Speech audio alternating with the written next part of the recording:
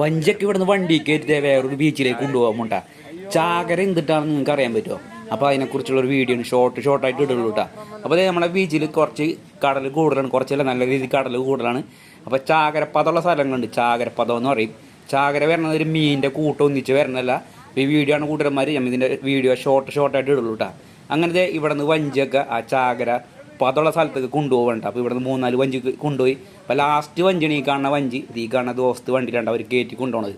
അപ്പോൾ ആ സ്ഥലത്തുനിന്ന് കടൽ വളരെ കുറവായിരിക്കും. ഇവിടെയൊക്കെ നല്ല ഈ കടലടിക്കുമ്പോൾ ആ ഒരു ഭാഗത്ത് കടലടി കുറവായിരിക്കും. അപ്പോൾ അവിടെ നിന്ന് പണിക്ക് പോകാനായിട്ട് നല്ല എളുപ്പമായിരിക്കും.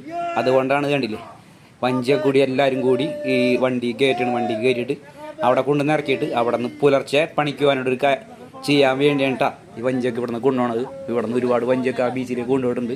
അപ്പോൾ അതേ വഞ്ചി കയറ്റി റോപ്പ് കൊണ്ട് വലിഞ്ഞ് കെട്ടിയിട്ട് ഞാൻ അവിടെ കൊണ്ടുവന്ന് ഇറക്കും. അപ്പോൾ ഇതിൻ്റെ വീഡിയോ ഞാൻ